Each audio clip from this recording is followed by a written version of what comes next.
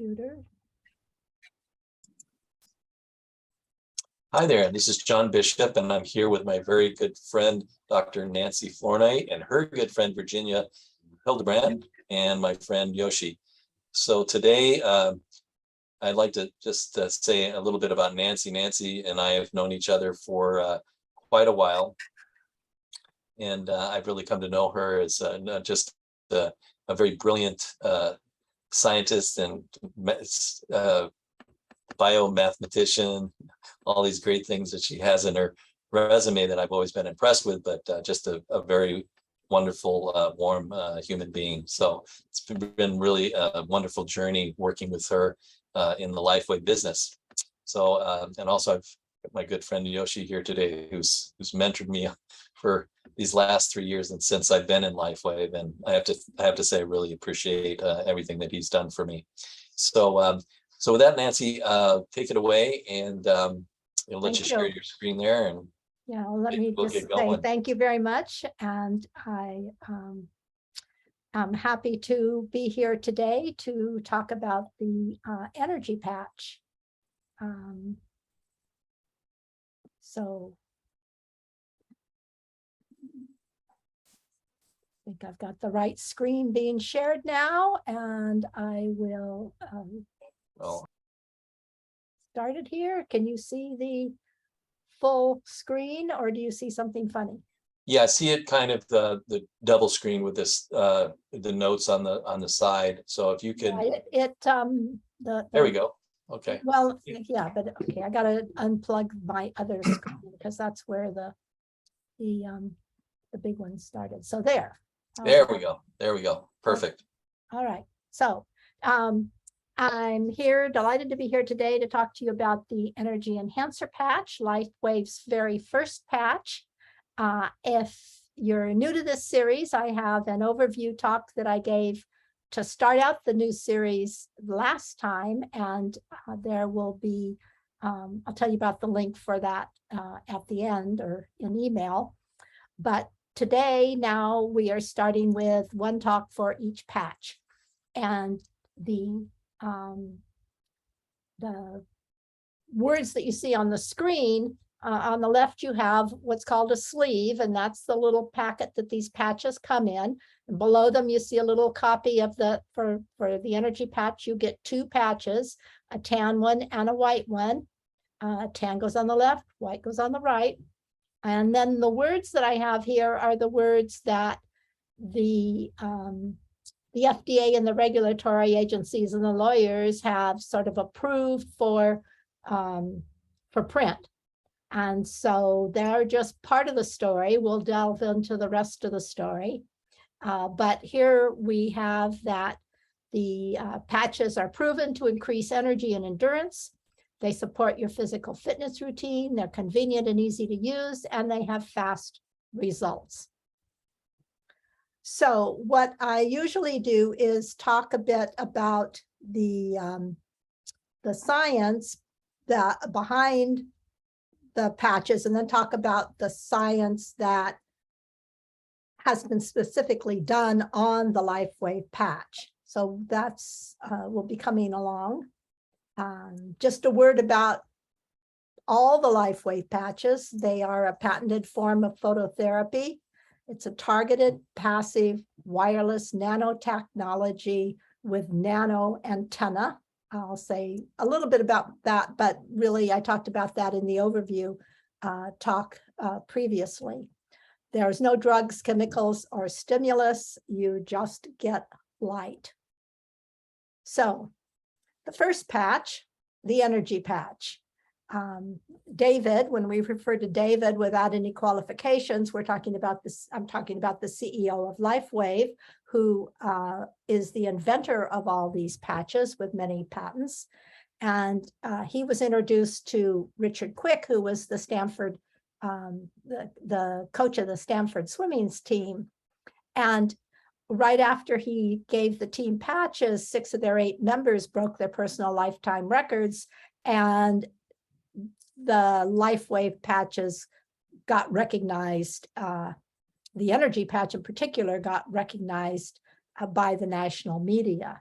So now when those of us who are sort of in LifeWave are looking at famous athletes, we pay attention to see, you know, whether they've got these patches somewhere on their bodies, and it's called, you know, sort of a game of find the patches.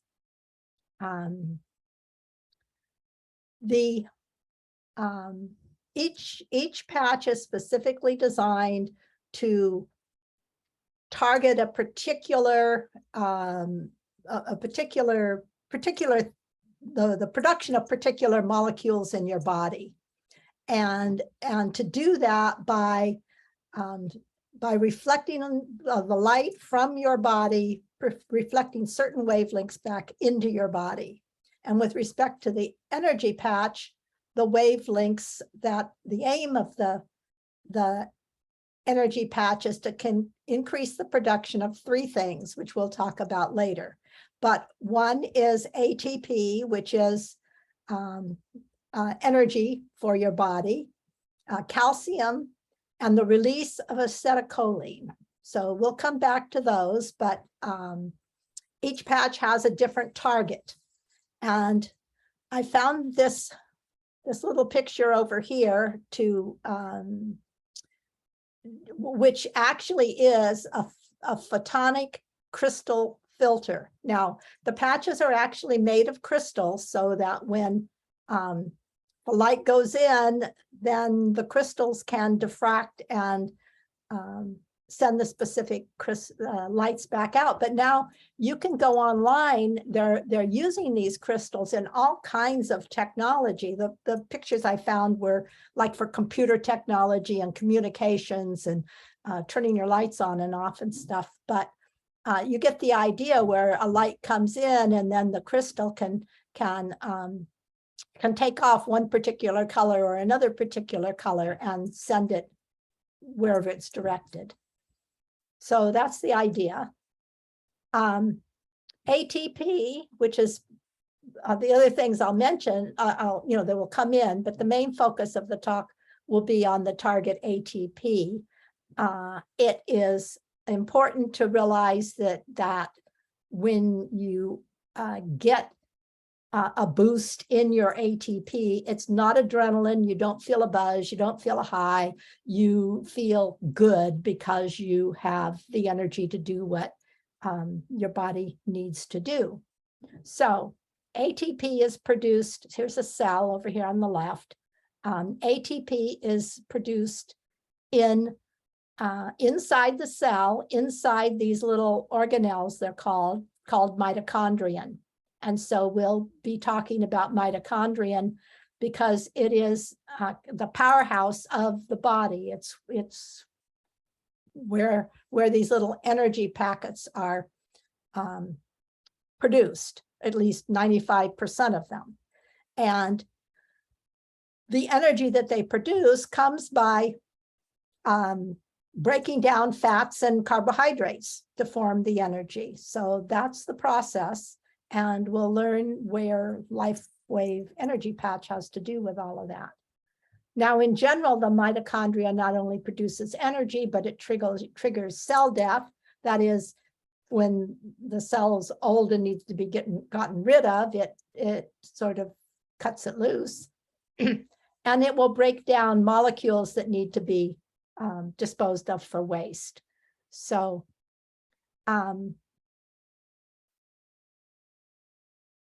it's observed that the mitochondrial function goes down with all aging populations, whether you're at rest or under exertion. And Dr. Frank Schallenberger did some studies by actually measuring oxygen uptake and carbon dioxide production. He could measure your ATP production and fat metabolism and glucose metabolism. And he verified that the energy production in the mitochondria starts long before the mitochondria itself starts to show any signs of decay.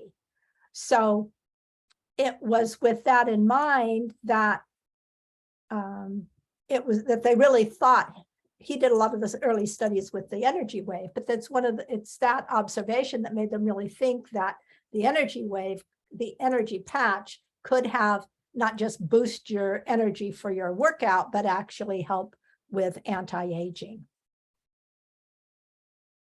So now don't worry about the details in here. I'll give you a little bit of an overview. But so when you get into the mitochondria, they talk about this process called mitochondrial oxidation, which is really the process of taking food and fat and making energy out of it that the body can use. And so I just want to show the so ATP is getting produced inside this cell, but there's two things coming in. One is fatty acids, and then down here is glucose from your carbohydrates. And so there's two different metabolic, they call it pathways, metabolic kind of series of things that will break down and rearrange these components to end up with the ATP. Now, for this talk, we're focusing on the fatty acids because that's the pathway that the patches the patches work. And in particular, along this red arrow, it says beta oxidation, and that is another name for that is fatty acid oxidation. So we'll talk more about this other pathway when we talk about X49 and some of the other patches. But one of the results of the study that I'll repeat again at the end is that it's established that the energy patch does break down the fatty acids for the ATP production. So when you think of oxidation, I mean, it kind of sounds like, who knows what it sounds like, but think of blowing on a fire.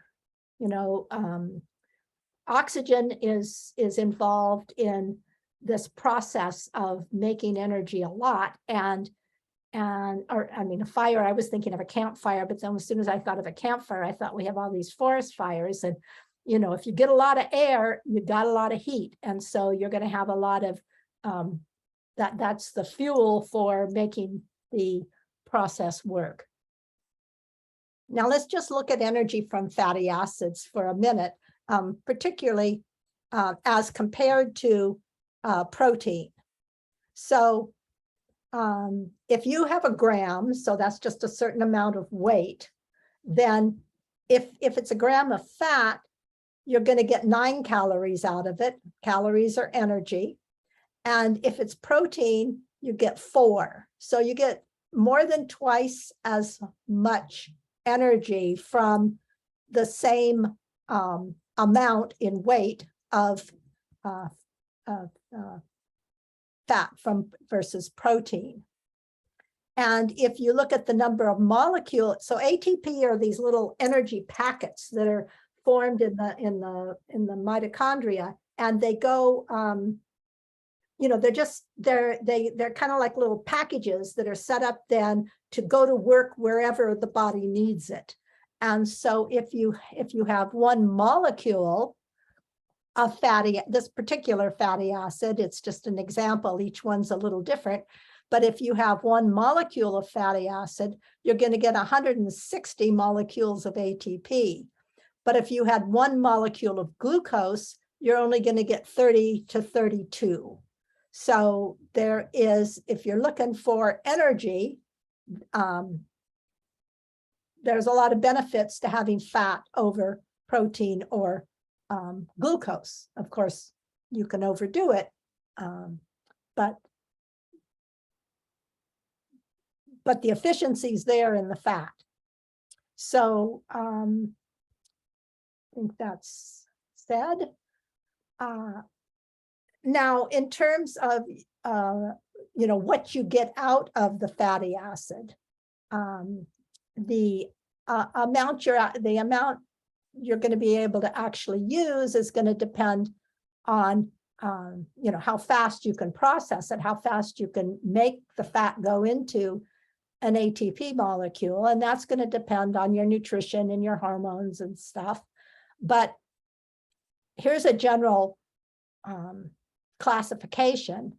That is, if you consider an animal that's either fasting, that is, so that they're hungry, or they've just been fed, then the rate at which you're going to make energy is going to be high if you're fasting and low if you've just been fed.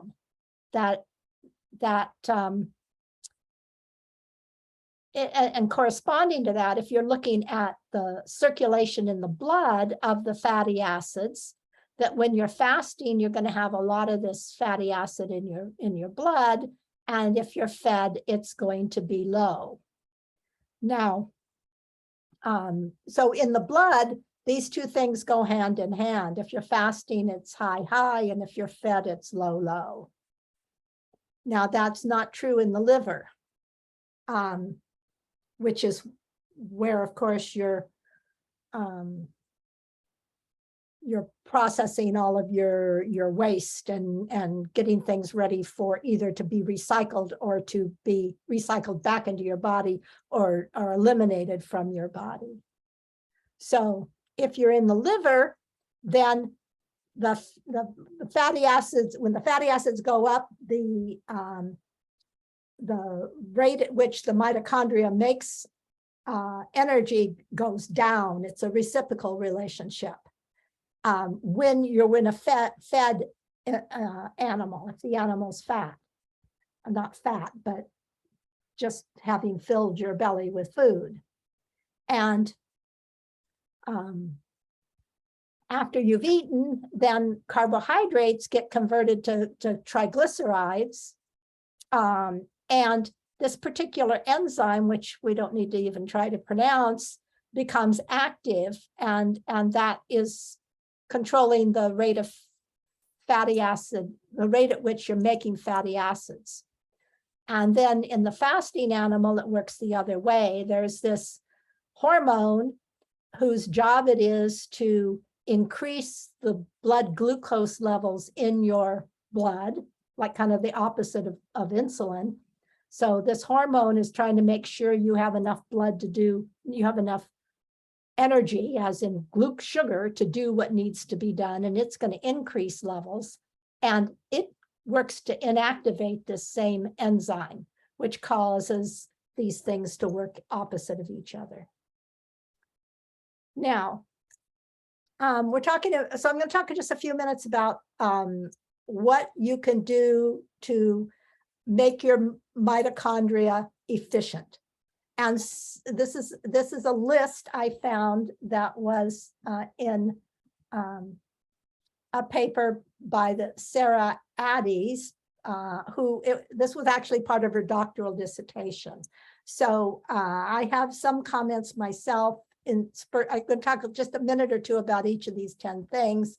I try to keep my comments over here on the green, and the rest of what's there, if I don't mention it, comes from her. But it's a nice summary, and a number of these things actually relate to things that David Schmidt has stressed and that do relate to the patch activity. I reordered them so that the red near infrared light therapy category that she had was at the end, because of course that's the closest to, I mean, that is what the patches do, even though she didn't have patches in mind when she wrote up her comments.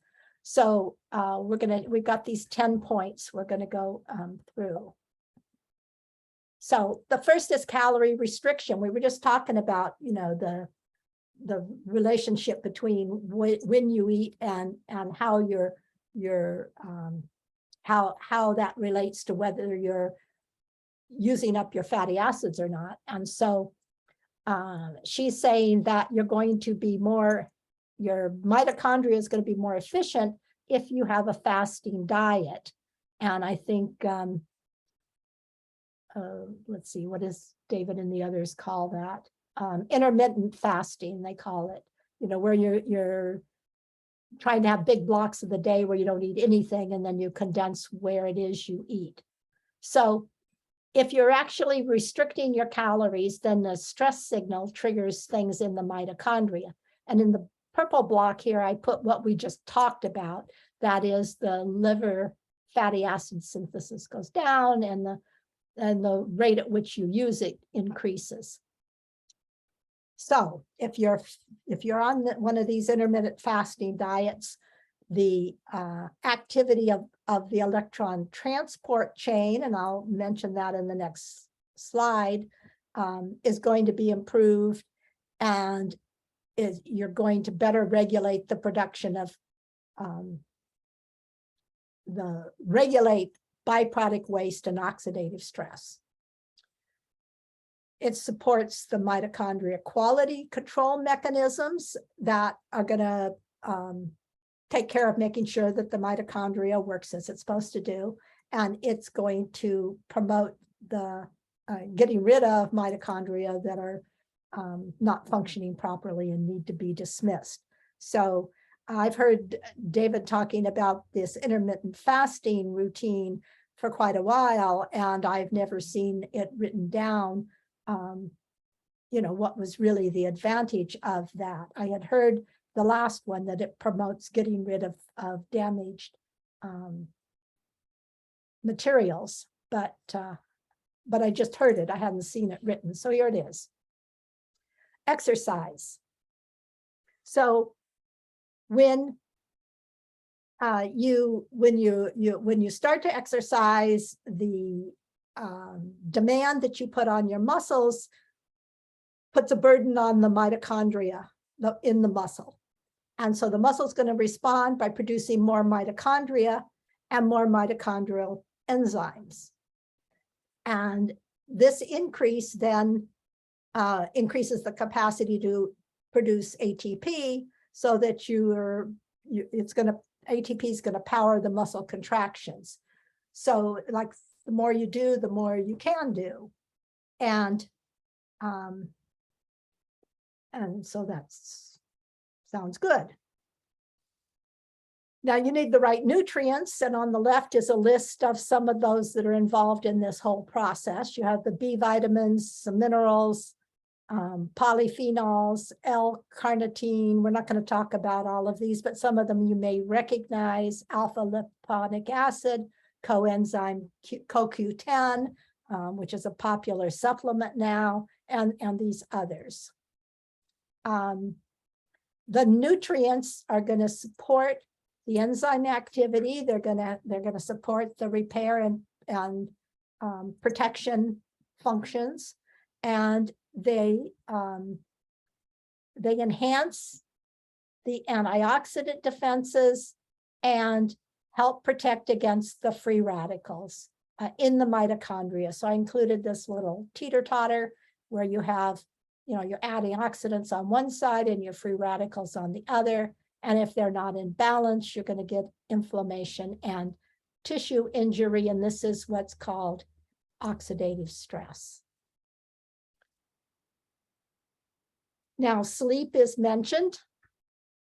And it's mentioned, she mentions it, Sarah mentions it in the context particularly of the human brain and how much energy your brain needs.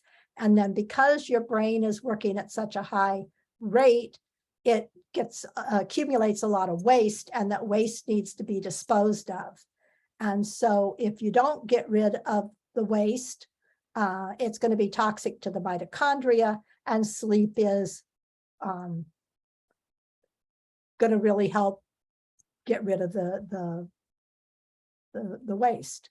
So that's the way sleep is going to help with the mitochondria. Now, we will talk a lot more about sleep when we discuss the Silent Nights patch.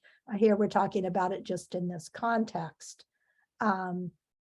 So she gives an example about beta amyloid, which you might have heard of. This is talked a lot about in the context of Alzheimer's disease. And so I pulled out a little picture of what a healthy one looks like.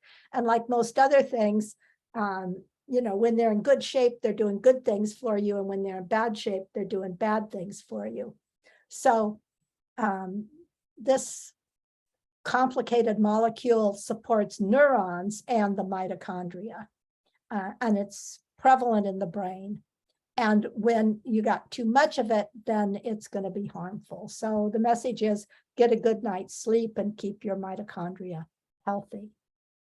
Would somebody look at the chat and see if there's something I need to know?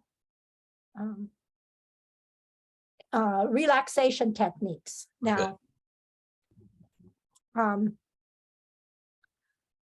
relaxation techniques, we're going to find that so we're going to have some scientific results on relaxation for the energy patch, what I'll tell you about. But what Sarah says is that stress hormones and signals from the hormones, the mitochondria picks up on these. And if they become chronic, then the mitochondria can dysfunction, and that's bad. And that makes a particular point of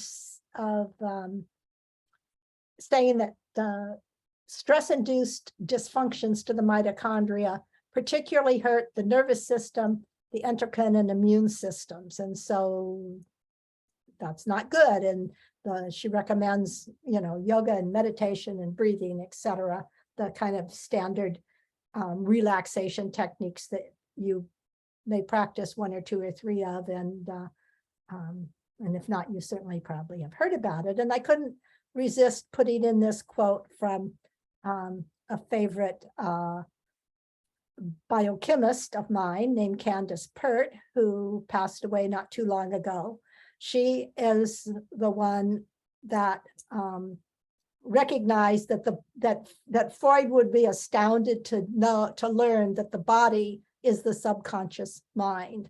So that goes with this statement here of Sarah's that points out that psychological stress can be as bad for you as physical stress and other stresses. Sunlight. And we hear this a lot from David. We know the cancers that are caused by having too much sun, and we hear a lot, almost exclusively, about the harmful effects of sun. But sometimes it's overlooked that we need vitamin D, and sunlight stimulates the production of vitamin D. And in particular, it's necessary for mitochondrial activity. And it's been shown that if you have adults that are deficient in vitamin D, if they take supplements, it improves their muscle energy making capacity. And also in animal studies, it's been shown that vitamin D is going to promote mitochondria to make more mitochondria and increase the ability of mitochondria to turn brown fat, particularly we're going to talk about brown fat into energy. So in fact, we're going to talk about it right here. We have picture of white fat on the left and brown fat on the right. So cold exposure is her point number 7. And it says there's 2 types of tissues that respond immediately to cold by generating extra heat. And one is the muscles, that are sort of tying down your skeleton, and they produce heat by making you shiver. But brown adipose tissue, or brown fat, has a very interesting ability to, it's unlike any other tissue. And so it has a molecule in it that separates the ATP production from the oxygen, from oxygen. That is that whole pathway that I showed you about how we make ATP. It makes it's another way to make ATP. Well, it doesn't make ATP, it separates it, so it bypasses the ATP production altogether. And instead of using ATP to produce heat, you can go straight from the brown fat to produce heat. Now, it was kind of cold here today because we haven't had any rain for a long time here in the Northwest. And so I was thinking about this and wondering how cold it has to be before you start using your brown fat to make heat. And I don't know the answer to that. But both the skeletal muscle and the brown fat, for both of those, cold's going to stimulate more mitochondrial activity and more generation of more mitochondria. And it's interesting, you can actually take a cold shower to keep you warm. That must be what they thinking is in Scandinavia. So cold helps and heat helps. Heat is just a mild stress signal, assuming you're not boiling yourself. And it triggers the cells to try and adapt. And the biggest adaptive responses come in the mitochondria that then try to change their functional capacity. And that's been shown in the skeleton muscle, the cardiac muscle, and other places. Okay, we got 9 and 10 here. We're almost through the list. There's a molecule called NAD. And the plus just means it's got a positive charge. So when you look at some of these chemical pathways, sometimes they have a positive charge, sometimes it has a negative charge, which means it's either getting oxygen or losing hydrogen, or but which is a lot of what goes on in these processes, is just getting a hydrogen, getting an oxygen, and giving it up again. That this NAD is derived from vitamin B3, and it's found in every cell in our body. And David Schmidt talks a lot about this too, in sort of passing. He's never really actually, made specific points about it, but he refers to it kind of offhandedly a lot. So in the mitochondria, it's the main molecule responsible for the delivery of electrons that are to be extracted from food to the electron chain, the electron transport chain. So all of that's a lot of words. And I think with this electron transport, I'm going to show you a picture of it in a minute, but with all of these words, you kind of have to let them just roll over you until you've heard them 10,000 times, and then it starts to make sense. And I've been looking at it now that it's starting to make a little sense to me, but it's still a complicated process. So NAD is important, as important as ATP itself to your life, and you need it for maintaining health. Now, this thing they call the electron transport chain is the last stage in the production of ATP. And so we'll just look at it a minute. Overview, don't try to digest it all. But what we have, we've got to go from the food molecules, the fat and the carbohydrates. This is now after they've gotten kind of on the same path. We got to go from those to ATP. And this is, if the reactions that were needed to do that weren't well controlled, you'd have a big explosion. And so all of these steps, see, the electron transport chain passes electrons in a series of steps instead of one explosive reaction. And it's oxygen that pulls the electrons down the chain in an energy yielding tumble. So that's all a description of this picture. We're going to just look at a couple of things here. That is, over here on the left, we have the NAD. So you just see it shows up. Well, that's where it shows up at the beginning of this chain. You might recognize the CoQ10 in a couple of places on this picture. But then there's this other thing called cytochrome oxidase. And that's an enzyme, and it looks really like a mess in there. And it's the last thing before you actually get your ATP out the end. And I point this out because this is another molecule that David Schmidt talks about, refers to all the time without really telling us what it is or what it does. So that's relevant to the description here that Sarah gives about red and near red infrared light therapy. So I just blew up right here. I just blew up that little piece of the chain that's coming in from the left and going off to the right. So this is that cytochrome C oxidase. And I mean, that is really a mess. I mean,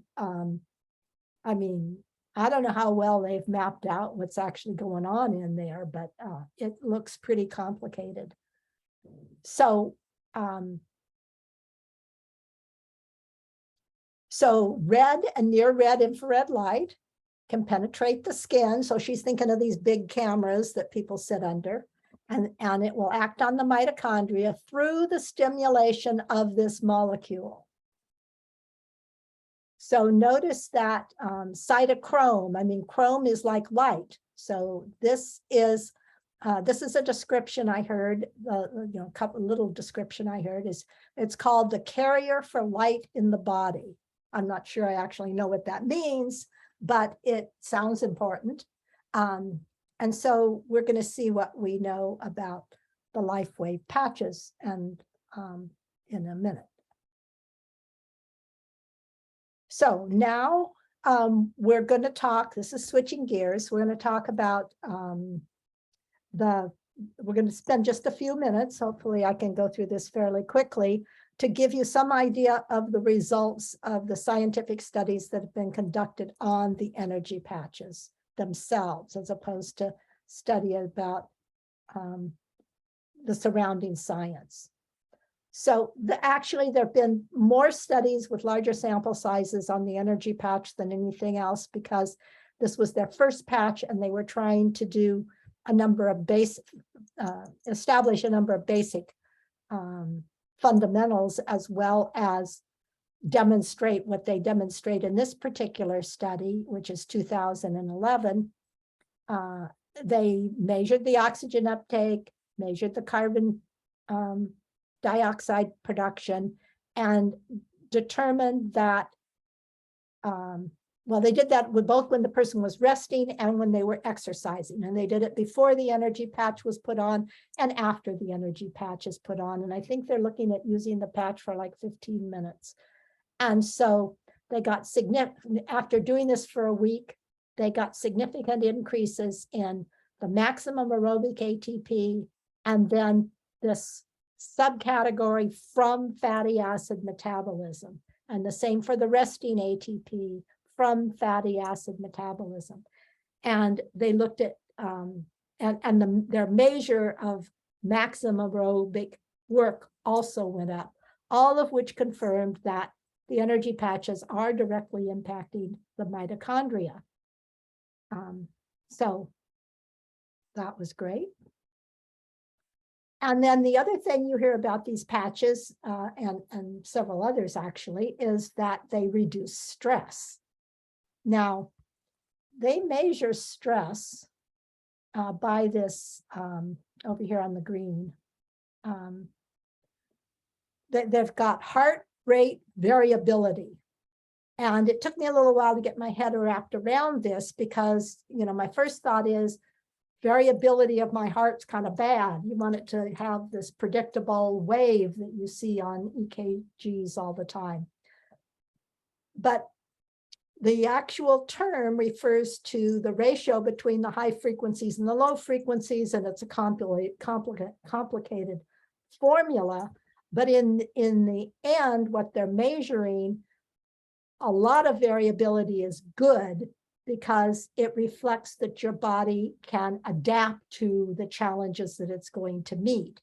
And if you have low variability, then you have, it's either in an abnormal state or it's been restricted, and so you're in trouble. So when it comes to high rate variability or heart rate variability, you want to have a high number. Now, they can measure this variability in the anatomic system, both the sympathetic and the parasympathetic. The parasympathetic is, has control of the things you don't normally pay any attention to, like your heart beating. And it is in that part of the system that the big reductions in stress have been noted. So notice it says reduces the ratio of low to high, which means that you have more high variations than low. So they got this reduction in stress. This is what they refer to when they're talking about reduction in stress, both when the subjects were at rest and when they're exercising. And this is cool. And the measurements were done after 5 minutes of exercise. That's the 5 minutes. Now, don't try to digest all of this. I want to call just a few things to your attention. I sort of defined all the terms that, you know, in detail. If you are interested, you can come back to them when the video is released. But this is really where the patch is working. And so I want to sort of skim through here. And we have these other things that David said the patch was supposed to do mentioned on this slide. So we have at the top, we've got light coming down a nerve cable. And here we have the end of the nerve. And you get acetylcholine. This is it's ACH as acetylcholine is released. That's one of the things David said the patch was supposed to do, is increase the release of acetylcholine. So the nerve dumps out this acetylcholine and it sets up a signal that excites, it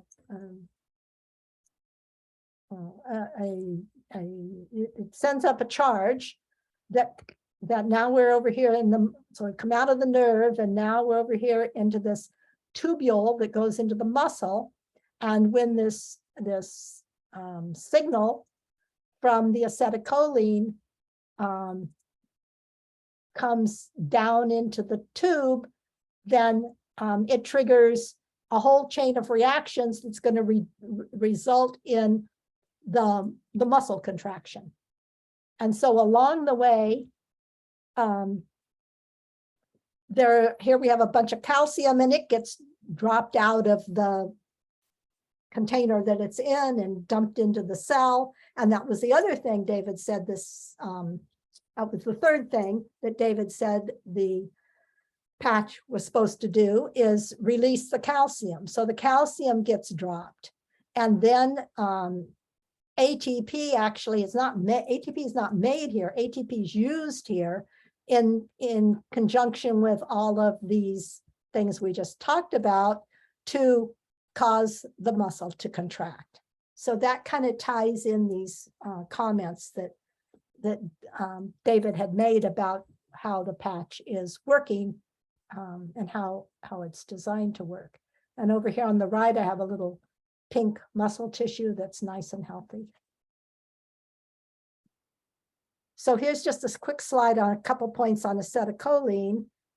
It was the first neurotransmitter to ever be identified. It's in the central nervous system, as well as the parasympathetic nervous system. So that could well be the connection between what the patch is doing and relaxing the heart from the studies that we just saw. So when it binds to receptors, it stimulates the fibers to contract. That's what we saw demonstrated by that study. What we don't have any discussion really on is that the acetylcholine is also used in the brain, where it excites things to happen. And it's used in the glands, again, for the parasympathetic part of the atomic nervous system. So again, through the glands, it's going to have a relaxing effect on the glands. So cool. There was a 2005 study here. Well, from my mathematical point of view, I call these heat maps. That is, dark red is hot and green and light is cool. And we have before and after images. On the left, we have the back and the front of a person. And here this little circle says where they put the patch. And you can see it's right in this, where the deepest inflammation and heat is being generated. And so after using the patch,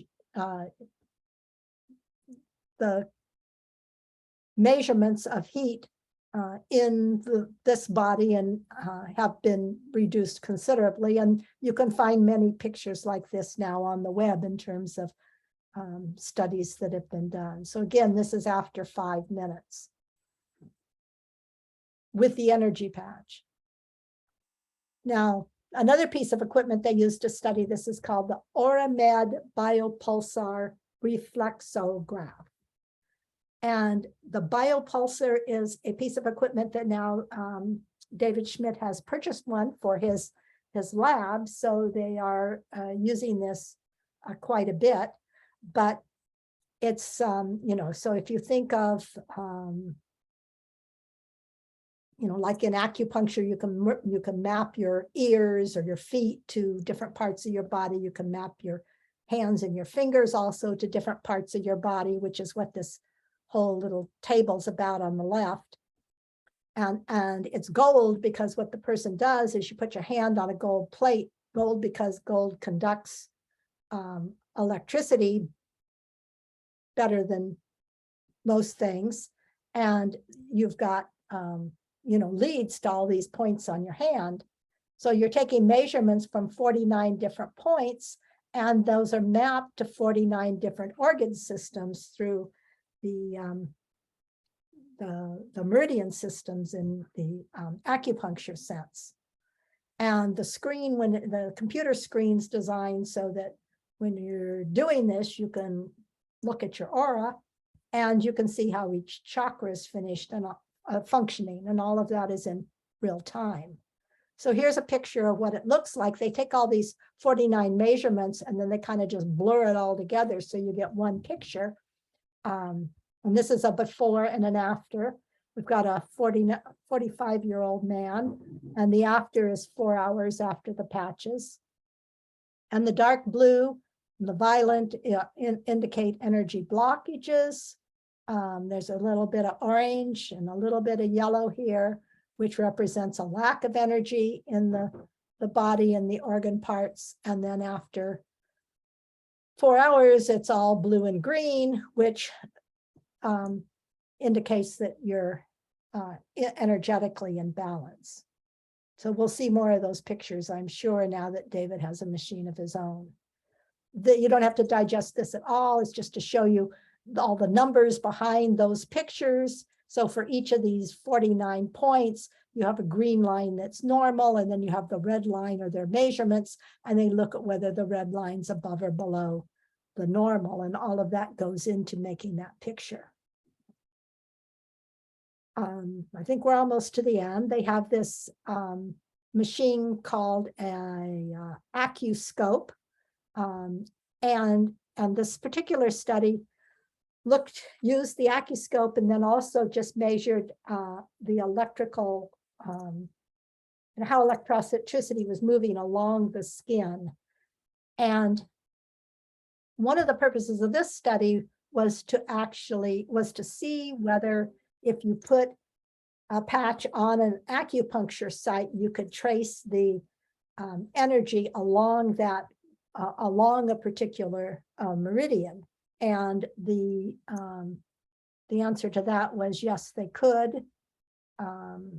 So they had like 4 different sites they used, and they took baseline measurements and post patching. Now, the skin concordance measurements were to measure the energy going right along the skin, and the AccuScope was used to see how the energy was moving at a deeper level.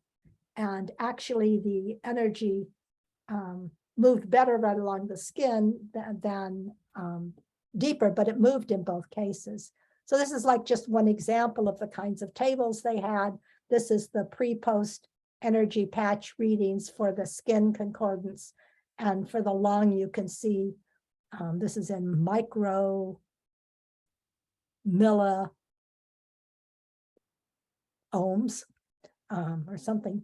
Anyway, the measurement that they're using increased for all of the sites where they put the patches, and they were all statistically significant except for the kidney, and it's in the same direction. So that study was done by Thomas and Helen Brzezinski. Thomas has passed away, and I tried to find Helen and couldn't. He was a professor of biophysics at the University of Washington, which is my alma mater. So I was sorry to have missed learning about him. But one of the things they were trying to do is sort of relate the LifeWave patch, the study of LifeWave patches in the Chinese, the way the Chinese might try to measure what was going on through the meridian action and through the actual, Western medicine biochemical reaction in terms of the increase in ATP. And the study succeeded. They did show that they could trace the energy along the meridian sites. So that was cool. That's all we need to know there. I'm not going to read the rest of that. These are all the studies they did on this patch. So you've just had a glimpse into quite a few of them. And I would like to remind everybody that LifeWave does not cure diseases, that if you have a disease, you need to talk to your doctor. They may help support you in your healing process. And so they're a wellness product. And if you have a serious problem, talk to your doctor. So here's the array of patches. And I recommend the energy patches. I say I put them on my husband. I put them in my shoes. I put them on my clothes. I put them in my pockets. I put them on my temples for eye strain when I've been like working too long on this talk. And sometimes if I feel like I have a lot of eye strain, I'll wear a night patch and put them on the night patch. And that goes back to this idea that it's not a stimulant, that when you're calm, it makes you, it will not interfere with your sleep, and it will not interfere with your relaxation. And your body does a lot of work at night, so it can use some energy. You shouldn't be shy about, if you need something done somewhere, if you know your body needs to do something, try a few energy patches. So thank you for coming. I hope to see you again, first and third Friday of each month, same time, same place, for talk about the next patch that I talk about. So thanks for listening. My website is lightpatchscience.com. And if you have the actual PowerPoint, if you actually find the PowerPoint there, you can click on this and get to the my LifeWave, my channel, my YouTube channel. Somebody else has got, if you say Nancy Flournoy's YouTube channel, you get a lot of stuff that's not me, so you kind of have to look for it. But we're working on that, and thank you again. So I will stop sharing. Thanks, Nancy. That was amazing as usual.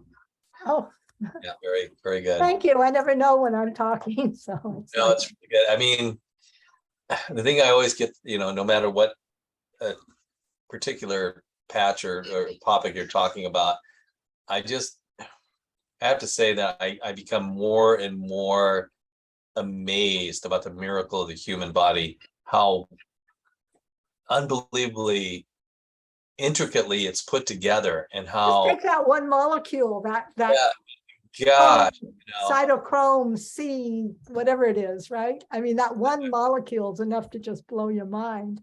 The fact that it's actually doing stuff. Yeah, it's mind blowing, and the fact that it's not like when I first got into LifeWave, it's like, okay, this light patch is going to heal something in me, right? And the results was really good. I never thought that this light patch could support everything in my body, right? Yeah, That it was really was- fundamental. that was I the mean, game David changer just right went there. for the Like, okay, I'm gonna, jugular. people, they buy stuff to get something, get rid of something, right? Get rid of pain or improve their sleep. But how many people really think about something that I could put on my body that is going to improve everything that my body does? That I've never heard that before. I've never heard anybody ever say that before. Right. And in a way, I think even David hasn't said that. But actually, But listening, he's been very strategic in picking what he Very decides to target. You know, he's picked fundamental things and gotten increasingly, you know, now that the new patches that he's working on the genetic level. right, he- right. He's almost, I almost feel like he's too careful. But it's like, that's my feeling. So I'm wearing the energy and patches, today, right Cool. here. Cool. And sometimes they say, oh, you should wear them, because you can, people see them here on top of your hands, they might notice them more and say something. Well, actually, this pericardium Yeah, 5, whatever. the acupuncture spot.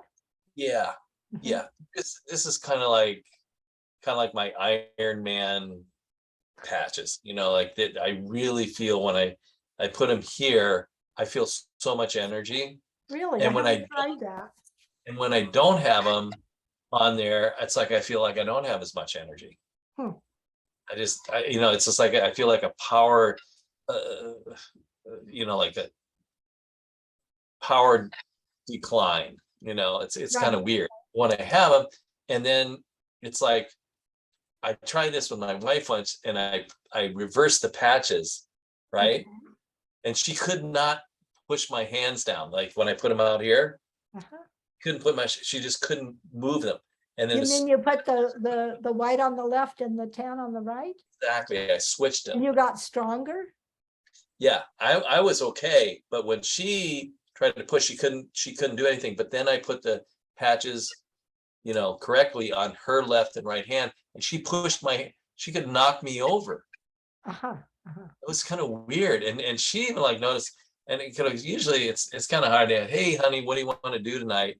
I want to do an energy enhancer. I want to play with the patches. Yeah, it's like she wasn't interested in all. I said, no, I just want to eat and go to bed. But we did that, and she was like, that's weird, that's unusual, So anyway, I picked that up actually from our friend Jaron, because way back then he used to do that, and he was he was testing them out in people in his health club, right? Right, right. Oh, the really strong guys, and seems like they could just knock him over. But if they reverse the patches, it works opposite, right?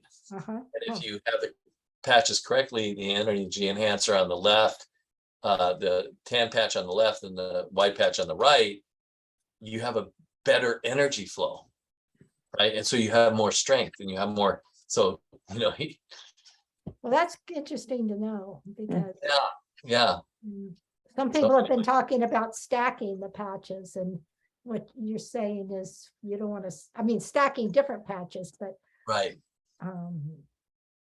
But I've heard some people say that they stack like the energy and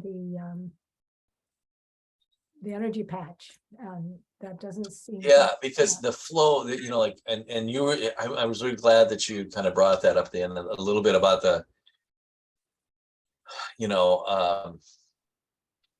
chakras, right? Mhm. And that kind of thing, because, I when I was growing up, I didn't know what a chakra was. It's like, Neither did I. only chakra I experienced is when I was playing around when I was a kid, and I put my finger in the light socket, and there's a chakra. Okay. I didn't know what chakras were, but now I have a complete different respect for chakras. Is that's kind of like our it's kind of like our energy force. It's like the thing that keeps.